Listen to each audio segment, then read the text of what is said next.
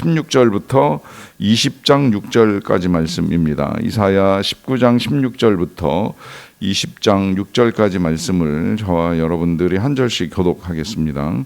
그 나라 애굽이 부녀와 같을 것이라. 그들이 만군의 여호와께서 흔드시는 손이 그들 위에 흔들림으로 말미암아 떨며 두려워할 것이며, 유다의 땅은 애굽의 두려움이 되리니 이는 만군의 여호와께서 애굽에 대하여 정하신 계획으로 말미암음이라. 그 소문을 듣는 자마다 떨리라. 그날의 애굽 땅에서 가나안 방언을 말하며 만군의 여호와를 가리켜 맹세하는 5 성읍이 있을 것이며 그 중 하나를 멸망의 성읍이라 칭하리라. 그날의 애굽 땅 중앙에는 여호와를 위하여 제단이 있겠고 그 변경에는 여호와를 위하여 기둥이 있을 것이요. 이것이 애굽 땅에서 만군의 여호와를 위하여 징조와 증거가 되리니 이는 그들이 그 압박하는 자들로 말미암아 여호와께 부르짖겠고 여호와께서는 그들에게 한 구원자이자 보호자를 보내사 그들을 건지실 것임이라. 여호와께서 자기를 애굽에 알게 하시리니 그날의 애굽이 여호와를 알고 재물과 예물을 그에게 드리고 경배할 것이요 여호와께 서원하고 그대로 행하리라. 여호와께서 애굽을 치실지라도 치시고는 고치실 것이므로 그들이 여호와께로 돌아올 것이라. 여호와께서 그들의 간구함을 들으시고 그들을 고쳐 주시리라.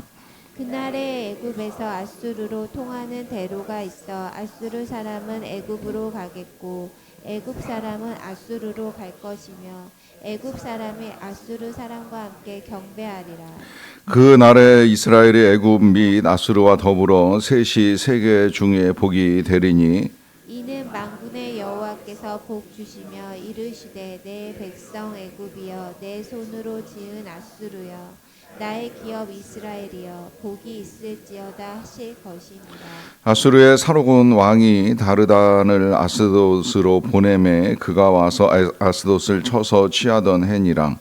그때 여호와께서 아모스의 아들 이사야에게 말씀하시되 갈지어다 내 허리에서 배를 끄르고 내 발에서 신을 벗을지니라 하시매 그가 그대로 하여 벗은 몸과 벗은 발로 다니니라. 여호와께서 이르시되 나의 종 이사야가 3년 동안 벗은 몸과 벗은 발로 다니며 애굽과 구스에 대하여 징조와 예표가 되었느니라. 이와 같이 애굽의 포로와 구스에 사로잡힌 자가 아수르 왕에게 끌려갈 때에 젊은 자나 늙은 자가 다 벗은 몸과 벗은 발로 볼기까지 드러내어 애굽의 수치를 보입니다. 그들이 바라던 구스와 자랑하던 애굽으로 말미암아 그들이 놀라고 부끄러워할 것이라. 그날에 이 해변 주민이 말하기를 우리가 믿던 나라 곧 우리가 아수르 왕에게서 벗어나기를 바라고 달려가서 도움을 구하던 나라가 이같이 되었은즉 우리가 어찌 능히 피하리오 하리라. 아멘. 이 설교는 기본적으로 이제 말로 전달이 됩니다만은 상황에 따라서 반드시 말로만 전달되지 않는다는 것을 아실 것입니다. 어린이 설교를 하게 되면 이제 그림 자료를 사용을 하거나 실물을 가지고 전하기도 하고 또 요즘 같으면 이제 영상 자료까지 활용을 해서 아이들에게 설교를 합니다. 그런 자료들이 사용되는 이유는 이제 눈으로 보여주는 것을 통해서 메시지를 확실하게 전달을 하고자 하는 것이지요. 보는 아이들, 뭐 듣는 아이들이라고 표현을 해야 되겠는데 이제 그런 아이들이 시각적 자료들을 통하여서 좀 더 명확하게 성경을 이해하고 하나님의 말씀을 들을 수 있게 하기 위하여서 이제 이와 같은 방식을 사용합니다. 이러한 방식이 사실 성경에 없는 것이 아니라 이제 이 구약에서조차도 하나님이 말씀을 전하실 때에 때때로 이제 시각적 자료들을 활용을 하시는 것을 볼 수가 있는데요. 일단 이제 오늘 전해지는 메시지는 애굽과 구스, 다시 말하면 이집트와 에티오피아를 향한 하나님의 말씀이 20장에 들어 있습니다. 이 나라들을 이제 우리가 읽어 나가면서 먼저 가져야 될 생각 중에 하나는 이런 나라들, 특히 애굽은 이스라엘이 봤을 때는 이제 오래전부터 이 때까지 굉장히 이제 강한 나라였습니다. 그들이 애굽에서 살아봤고 애굽을 애굽을 떠나왔고 떠나온 이후에도 애굽은 약해진 적이 없고 사실 오랫동안 그 애굽 이집트라고 하는 이름으로 이제 역사를 지켜왔던 이제 나라이기 때문에 이 강대한 나라가 망한다, 패한다 이제 이런 생각을 하기가 이제 좀처럼 어렵습니다. 특히 북방에서부터 이스라엘이 공격을 당하게 되면 그래도 믿고 의지할 때가 이 남방의 애굽밖에 없지 않겠는가 이제 생각할 정도로 이 애굽은 강한 나라로서의 면모를 늘 지켜왔던 나라인데 이 나라가 이제 멸망한다. 또 더 나아가서 이제 북방에서부터 이 세력을 떨친 뭐 아수르 같은 나라가 애굽까지 침공을 한다라고 하는 건 이제 쉽지 않게 생각되었던 문제입니다. 설마 그 나라가 망할까? 현재 그 부강함이 대단한데 뭐 이거 요즘으로 말하면 미국, 중국 같이 강한 나라들이 과연 망하겠는가라고 하는 질문해 볼 수 있는 문제이고요. 그 다음에 이제 또 하나는 설마 거기까지 침공을 한다고 하는 이제 이런 생각을 할 수도 있는데 그만큼 이 지리적으로 이제 불가능하지 않겠는가 하는 이제 생각을 할 수도 있었던 상황입니다. 하지만 우린 역사 속에서 아시아의 작은 나라였던 몽골이 그 세력과 위세를 떨치기 시작한 이후에 유럽까지도 진출하는 것을 보면 이 한 나라가 강해지면 뭐 애굽 아니라 뭐 그 이상도 얼마든지 이제 공격을 할 수 있다라고 하는 생각을 할 수 있는데요. 어찌되었건 이 북방의 신흥 강국이라고 할 수 있는 아수르가 중동을 거쳐서 이제 북아프리카까지 진출을 하게 될 만한 상황에 이제 하나님이 메시지를 전하시는데요. 일단 시기적으로는 이 20장 1절에 보시면 아수르의 사르곤 왕이 다르단을 아스돗으로 보내매 그가 와서 아스돗을 쳐서 취하던 해로 소개가 되는데 이제 역사적으로는 BC 714년 경에 정말 아수르가 가장 맹위를 떨칠 때가 아니었나 하는 이제 추정이 가능하고요. 그때에 이제 하나님께서 이 선지자 이사야에게 당부하시는 전달 방식은 2절에 보시게 되면 그때에 여호와께서 아모스의 아들 이사야에게 말씀하여 이르시되 갈지어다 네 허리에서 배를 끄르고 네 발에서 신을 벗을지니라 하심에 그가 그대로 하여 벗은 몸과 벗은 발로 이제 다니게 됩니다. 그러니까 그냥 가서 뭐 메시지만 전달하고 끝나는 것이 아니라 이제는 이 이사야가 이제 몸으로 하나님의 뜻을 이제 전해야 되는 상황에 이르렀고요.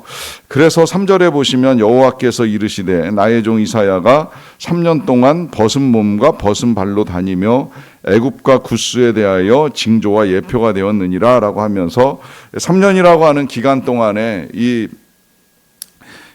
이사야가 자기 신체의 일부를 노출함으로 인하여서 이제 이 하나님의 뜻을 전할 것을 당부합니다. 그렇게까지 하는 이유는 이제 이 4절에 보시면 이와 같이 애굽의 포로와 구스에 사로잡힌 자가 아수르 왕에게 끌려갈 때에 젊은 자나 늙은 자가 다 벗은 몸과 벗은 발로 볼기까지 드러내어 애굽의 수치를 보이게 될 것이다라고 하는 것인데요. 지금 읽으신 그대로 이제 이 전쟁 가운데에 애굽이 어떤 일들을 겪게 될 것인가라고 하는 것을 하나님께서 이사야 선지자를 통해서 이제 미리 보여주시게 되는 것입니다. 그러다 보니까 이제 그들이 5절에 보시면 그들이 바라던 구스와 자랑하던 애굽으로 말미암아 그들이 놀라고 부끄러워할 것이다라고 하면서 이와 같이 이제 애굽 또는 구스가 겪는 일들을 보는 이스라엘조차도 부끄러워할 것인데 뭐 이건 일반적으로 이 노출이 심한 사람을 보게 되면 노출을 한 사람뿐만이 아니라 오히려 그 사람보다도 더 보는 사람이 이제 부끄러워서 얼굴을 가리는 일들도 있을 수 있게 되는데 그런 일을 이스라엘이 경험을 하게 된다는 거예요. 어찌 저렇게 끔찍한 모습이 되었는가. 더군다나 자신들이 늘 바라고 의지하고 자랑하던 애굽 같은 그 거대한 나라가 아수르같이 갑자기 생겨난 나라에 의해서 짓밟히고 멸망하고 심지어 포로로 끌려가는 이런 일들을 겪게 되면 정말 이제 놀랄 수밖에 없는 이제 그런 일들을 겪게 되고 그 놀람으로 말미암아 탄식하는 내용이 오늘 이제 이 20장 마지막 절의 내용이라고 할 수가 있겠는데요. 자, 이런 일들을 하나님이 이제 이 지금 뭐 이스라엘에게 전달을 하시던 또 애굽에게 전달을 하시던 메시지를 전달하는 이유가 있겠지요. 그 이유는 이미 우리가 이제 읽으셨던 19장에서부터 이어왔던 내용이라고 할 수가 있겠는데 이 이사야서 19장은 이제 애굽에 경고하시는 하나님의 말씀입니다. 다양한 문제들을 가지고 있었던 애굽을 경고하셨잖아요. 정치적인 혼란으로부터 경제적인 파탄과 그 애굽의 놀라운 지혜까지 다 이제 붕괴되는 것들을 하나님이 이제 말씀을 하셨습니다. 그러면서 이제 어떻게 보면 오늘 이제 읽기 시작했던 19장 16절은 결론적으로 그래서 그런 모든 것들이 무너져 내리면서 이제 16절에 그날의 애굽이 부녀와 같을 것이라 그들이 만군의 여호와께서 흔드시는 손이 그들 위에 흔들림으로 말미암아 떨며 두려워하게 될 것이다라고 하는 말씀을 통해서 이제 이 애굽을 흔드시는 하나님의 손으로 말미암아 결국은 이제 애굽이 오늘 마지막 보았던 그런 수치와 이제 멸망을 겪게 될 것이다라고 하는 말씀을 하십니다. 그런데 이제 우리가 오늘 주목을 하고자 하는 것은 이렇게 거대한 나라 애굽을 흔드시는 손으로서의 여호와만을 바라보는 것이 아니라 이 애굽을 향한 하나님의 계획이 있다라고 하는 것이지요. 어떤 계획인가? 그 계획의 일부를 보시면 19절에서 이런 말씀을 하나님이 하세요. 그날의 애굽 땅 중앙에는 여호와를 위하여 제단이 있겠고 그 변경에는 여호와를 위하여 기둥이 있을 것이다라고 하는 말씀을 하십니다. 자, 이 제단이라고 하는 건 늘 이 이스라엘의 이제 우상을 상징하는 또 하나의 단어로 사용이 되어 왔었는데 오늘은 이 제단이 여호와를 위한 제단이고 또 여호와를 위한 기둥까지 제단 주위에 세워질 것에 대해서 말씀을 하십니다. 그리고 더 나아가서 20절에 보시게 되면 이것이 애굽 땅에서 만군의 여호와를 위하여 징조와 증거가 되리니 이는 그들이 그 압박하는 자들로 말미암아 여호와께 부르짖겠고 여호와께서는 그들에게 한 구원자이자 보호자를 보내사 그들을 건지실 것임이라라고 하는 말씀을 하십니다. 그러니까 애굽 땅에서 애굽 백성들이 여호와를 위하여 제단을 쌓고 여호와께 부르짖고 기도함으로 말미암아 여호와 하나님이 허락하시는 구원의 은총을 받게 될 것이다라고 하는 말씀을 하십니다. 조금 더 보시면 21절에서는 여호와께서 자기를 애굽에 알게 하시리니 그날의 애굽이 여호와를 알고 제물과 예물을 그에게 드리고 경배할 것이요 여호와께 서원하고 그대로 행하리라라고 하는 말씀을 하십니다. 그러니까 이 애굽 백성들이 제단을 만들고 하나님께 나아가 기도하고 구하는 일들만 하는 것으로 그치는 것이 아니라 하나님께 서원하며 약속을 하기도 하고 또 경배하며 찬양하는 일을 하게 됩니다. 또 거기 맞물려서 하나님은 하나님을 그들에게 알리시는 일을 이루어 가시는데 그 알리시는 하나님이 어떤 분이신가 하는 것은 이제 22절 보시면 여호와께서 애굽을 치실지라도 치시고는 고치실 것이므로 그들이 여호와께로 돌아올 것이라 여호와께서 그들의 간구함을 들으시고 그들을 고쳐 주시리라라고 하는 말씀을 하십니다. 그러니까 여기서 이제 하나님이 분명하게 드러나는데 그것은 하나님이 때로는 이런 나라를 치시기도 하시지만 결과적으로는 고쳐주시고 돌아오게 하신다 하는 것이 이제 하나님의 계획이고 또 하나님의 경영으로 드러나는 일이다라고 하는 것을 이제 말씀하십니다. 뭐 이런 결과는 사실 여기 또 애굽에서만 끝나는 것이 아니라 이어지는 내용에서는 아수르도 이제 하나님께서 동일하게 애굽 사람과 함께 경배하는 일을 이루어 갈 것이다 라고 하는 말씀을 하고 계시는데요. 그러면서 이제 마지막 결론이라고도 할 수 있는 25절에서는 이는 만군의 여호와께서 복주시며 이르시되 내 백성 애굽이여 내 손으로 지은 아수르여 나의 기업 이스라엘이여 복이 있을지어다 라고 하는 말씀을 하십니다.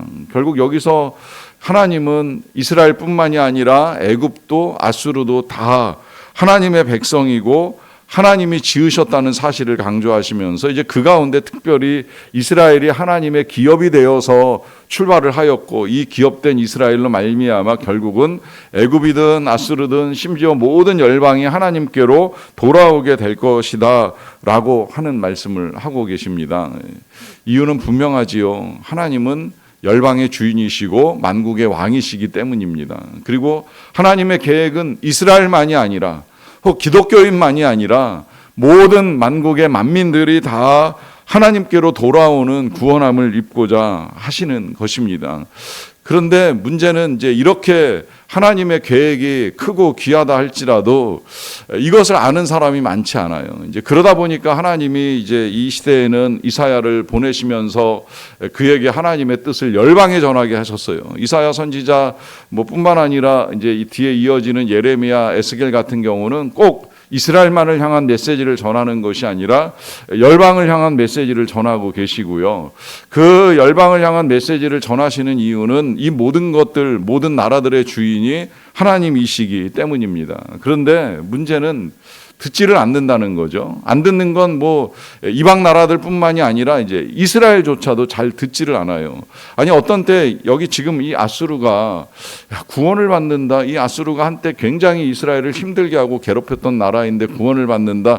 의아하실지 모르겠지만 우리 성경에 아수르를 위해서 하나님이 선지자를 2번이나 보내는 거 아시잖아요. 그리고 이 요나 선지자를 보냈을 때에는 이 아수르가 회개합니다. 왕부터 시작해서 짐승들까지 다 베옷을 입고 회개하니까 하나님이 그 땅을 향하여 내리기로 한 멸망을 거두시잖아요. 그게 이제 요나로 하여금 화가 나는 일을 만들어냈는데 회개하면 살아난다는 거예요. 이방 나라들도 그래요. 나중에 이제 안 돼가지고 또다시 하나님이 선지자를 보내시는 일을 하시기는 하셨지만 나훔 선지자를 보내셨는데 그때 이후로 이제 이 아수르가 멸망하긴 하지만 그러나 하나님의 계획은 구원에 있다는 사실을 이제 분명히 우리가 알아야 되죠. 그 구원을 위해서 이 과거에는 하나님이 이사야를 보내시면서 벗은 몸, 벗은 발로 3년을 살게 하셨습니다. 그 몸 자체가 하나님의 메시지로 이제 전달되게 하신 것이지요. 그런데 지금 이제 우리를 위하여서 하나님이 하신 방식은 하나님이 친히 이 땅에 오셔서 벗은 몸으로 십자가에 매달려 계시는 거예요.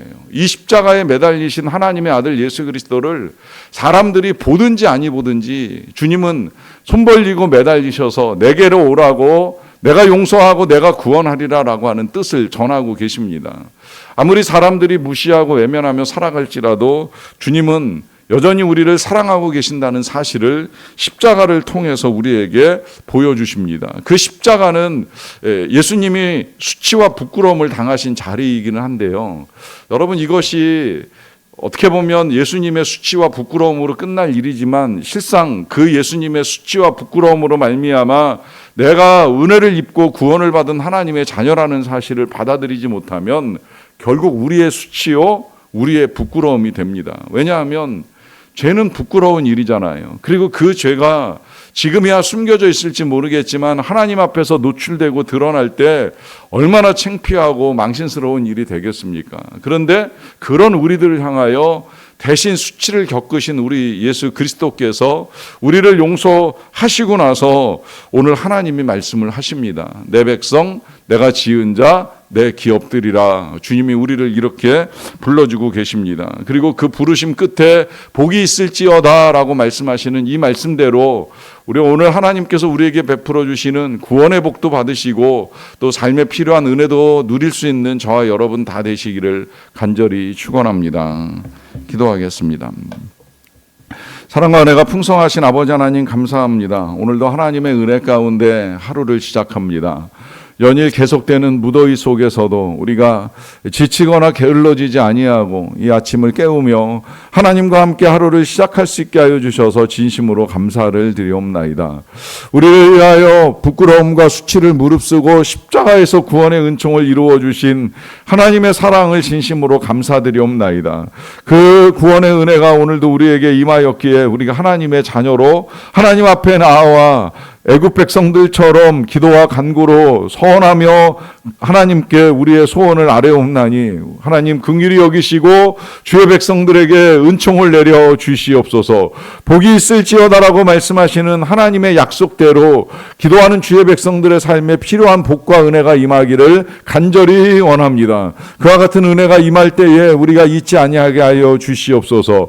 우리가 정말 부끄럽고 수치스러운 죄인이었다라는 사실로부터 이와 같은 같은 죄인을 구원하기 위하여 예수 그리스도께서 십자가에 달려서 수치를 당하시고 모욕과 천대를 받으셨다는 사실을 잊지 않게 되기를 원합니다. 그러하기에 살아가는 우리의 삶에 필요한 것들을 우리가 하나님께 구하기는 하지만 우리의 삶 또한 하나님의 영광을 위하여 하나님의 이름을 위하여 존귀하게 쓰임받는 삶이 되기를 간절히 원합니다. 그렇게 하나님의 나라와 의를 구할 때에 이 모든 것들을 너희에게 더하여 주시겠다라고 약속하여 주신 대로 주의 백성들의 삶에 필요한 은혜를 내려주시고 건강의 은혜를 베풀어 주시고 치료하는 광선을 발하여 주시고 모든 것들을 채워주시고 소망하는 것을 주의 뜻 가운데 이루어 갈 수 있도록 은혜 베풀어 주시기를 간절히 원합니다. 오늘도 이 무더위 가운데 수고하는 일꾼들의 건강을 지켜주시고 더위에 노출되어서 힘들어하지 않도록 우리 하나님께서 이제 이 모든 것들이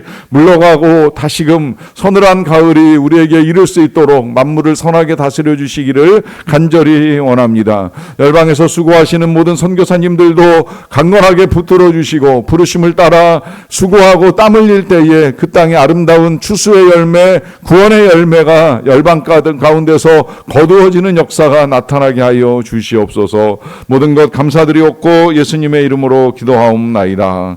아멘. 하늘에 계신 우리 아버지,